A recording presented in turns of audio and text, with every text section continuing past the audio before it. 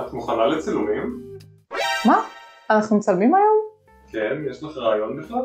תמיד יש לי רעיון, אתה יודע, יש לי שיטה לזה.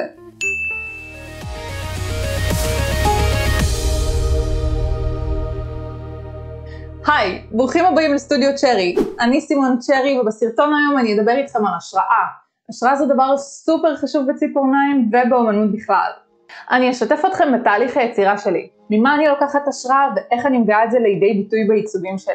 אפשר לקבל השראה ממש מהכל, מבגדים, תיקים, בקבוקים, נעליים, ציורים יפים, ממש מהכל.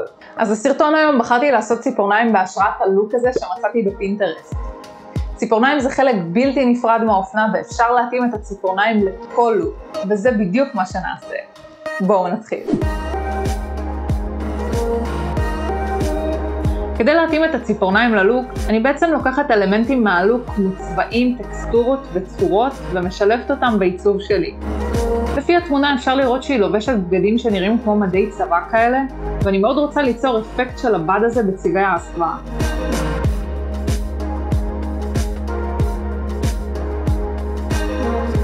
בתמונה הבחורה לובשת תכשיטים מוזבים, ובגלל זה אנחנו נשתמש בניטים בצבע זהב.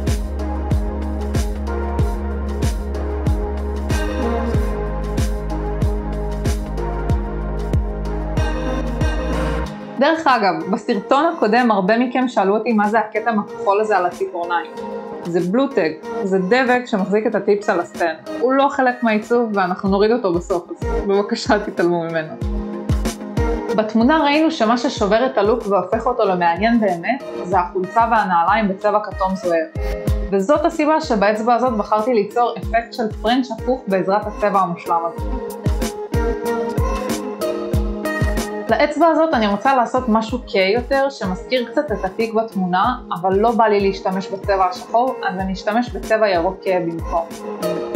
בעזרת ספיידר ג'ל אני עושה קו באמצע הציפורן.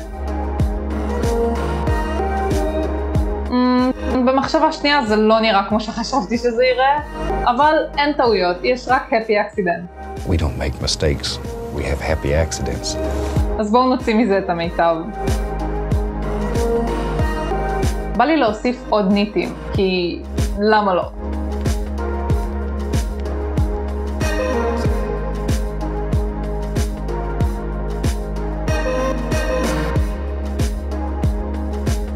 בתור רקע לאצבע הזאת עשיתי פרנץ' הפוך.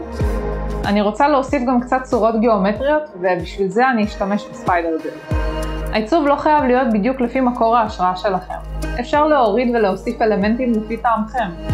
זה היופי באמנות, שאין נכון או לא נכון. אפשר פשוט ליהנות מהתהליך.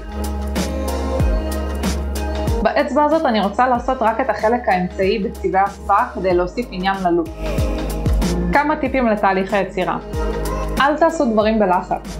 שום דבר טוב אף פעם לא יצא כשאתם בלחץ. תסתכלו על כמה מקורות השראה שונים. פינטרסט לדוגמה זה מקום מצוין לקבל בו השראה. ותעבדו על הטכניקה שלכם. טכניקה, טכניקה, טכניקה, טכניקה. כשיש לכם סקילס שונים, אתם יכולים להשתמש בהם כדי להביע את היצירתיות שלכם. אז מאוד חשוב לעשות קורסים, השתלמויות, ותמיד ללמוד דברים חדשים כדי לשפר את הכישורים.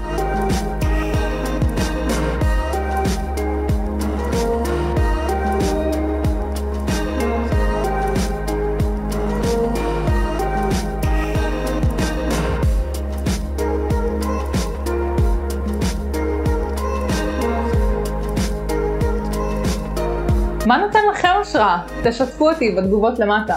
אני מקווה שהטיפים שלי יעזרו לכם בעבודות שלכם. וכמובן, אם אהבתם את הסרטון, תפרגנו בלייק ואל תשכחו להירשם לערוץ וללחוץ על הפעמון כדי לא לפספס עוד סרטונים על קישוטים מיוחדים ועיצובים מחוץ לקופסה. נתראה בסרטון הבא.